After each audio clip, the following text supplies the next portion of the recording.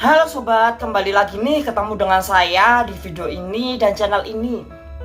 Kali ini sih dari tim ya, ini mau bahas mengenai jenis-jenis penglaris.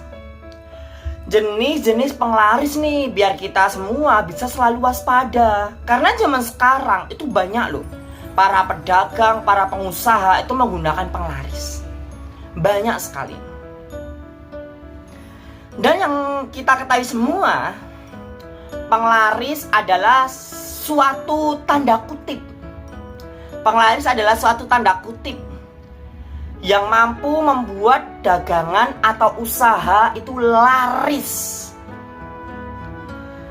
Jadi penglaris itu adalah tanda kutip yang membuat dagangan atau usaha itu menjadi laris.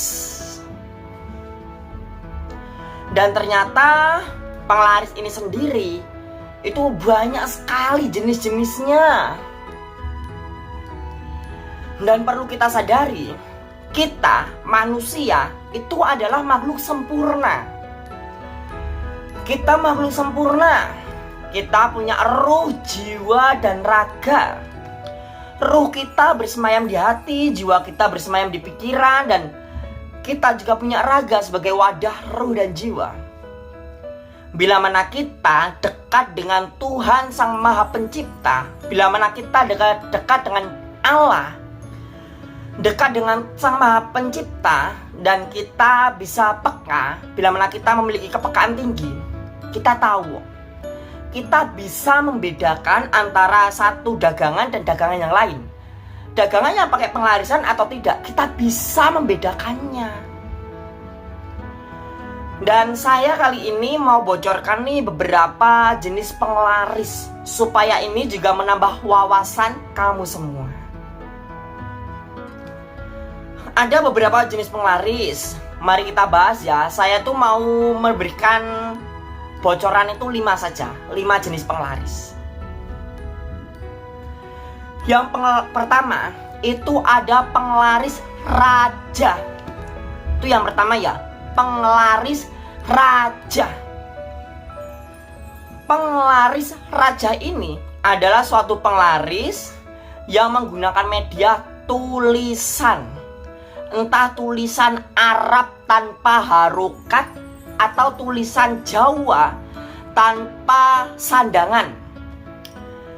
Entah menggunakan tulisan Arab tanpa harokat atau Arab gundul, maupun menggunakan tulisan aksara Jawa tanpa sandangan, aksara Jawa gundul. Dimana dalam tulisan-tulisan itu terkadang juga ada formasi, ada kode-kode, ada sesuatu tulisan yang mungkin itu bukan tulisan Arab ataupun tulisan Jawa. Itu adalah suatu kode atau transisi atau suatu formasi untuk membentuk suatu ilmu. Jadi penglaris raja ini sebenarnya adalah suatu ilmu raja yang bisa digunakan untuk menglarisi dagangan. Ketika ilmu raja ini ditulis di kertas atau tulis di tembok atau tulis di mana, itu akan membentuk suatu ilmu. Suatu makhluk akan muncul melekat di dalam tulisan itu. Lah, penglaris raja ini adalah penglaris yang sumber kekuatan penglarisnya itu dari tulisan-tulisan Arab itu, tulisan-tulisan aksara Jawa yang gundul itu. Jadi sumber kekuatan penglaris raja ini ya sumbernya dari tulisan raja itu. Kalau tulisan raja itu diambil, disobek, hilang, maka bila mana kamu datang ke suatu warung itu laris. Lalu anehnya kamu melihat tulisan-tulisan Arab gundul atau aksara Jawa gundul ditempel di tembok atau tempel di mana itu, atau di wadah uang, di wadah uangnya itu bisa jadi dilambari dengan Arab gundulnya itu, rajanya itu, atau ada lipetan kertas dimasukkan ke dalam wadah uang itu. Itu adalah raja penglaris. Kekuatan dari raja penglaris itu ya dari tulisan itu. Itu adalah suatu ilmu raja yang gunanya untuk penglaris. Lalu yang kedua, itu ada penglaris kodam. Penglaris khodam ini adalah jenis penglaris yang menggunakan khodam, menggunakan kekuatan khodam, kekuatan pusaka. Jadi penglaris tipe ini dia itu menggunakan bantuan pusaka. Biasanya di dalam warung itu, entah pemilik warung itu menggunakan batu cincin aki, atau di warung itu ditanam pusaka. Contohnya batu akik yang dimasukkan ke dalam tembok atau yang lainnya gitu ya. Jadi penglaris khodam ini adalah jenis penglaris dengan bantuan kekuatan khodam, kekuatan pusaka. Memang pusakanya itu hanyalah benda, tapi kekuatan dari pusaka itu namanya khodam. Itu adalah kekuatan halus, kekuatan gaib yang masuk ke dalam wujud pusaka. Lalu sumber dari penglaris khodam ini, sumbernya karena di situ ada pusakanya, ada wujud pusakanya. Kalau wujud pusakanya diambil, ya dia jadi nggak ada penglarisnya. Yang buat dia laris adalah pusakanya, khodamnya itu. Lalu yang ketiga, ada penglaris bumi. Penglaris bumi ini jenisnya banyak sekali. Tapi penglaris bumi ini adalah jenis penglaris yang menggunakan mediator atau mediasi itu bumi, tanah. Biasanya orang yang menggunakan penglaris bumi ini, dia akan disuruh oleh paranormal, pinitua atau orang pintar. Kalau ingin laris ya pakai banyu leri gitu ya. Pakai air leri, air bekas beras itu ya, yang masih putih itu ya, disiramkan gitu. Atau pakai garam. Atau mungkin pakai air putih gitu, disiramkan.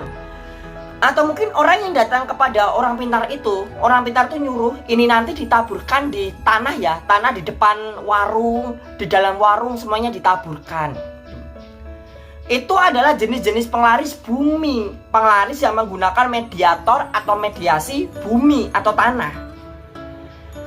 Sumber kekuatannya itu ada di bumi, ada di tanah.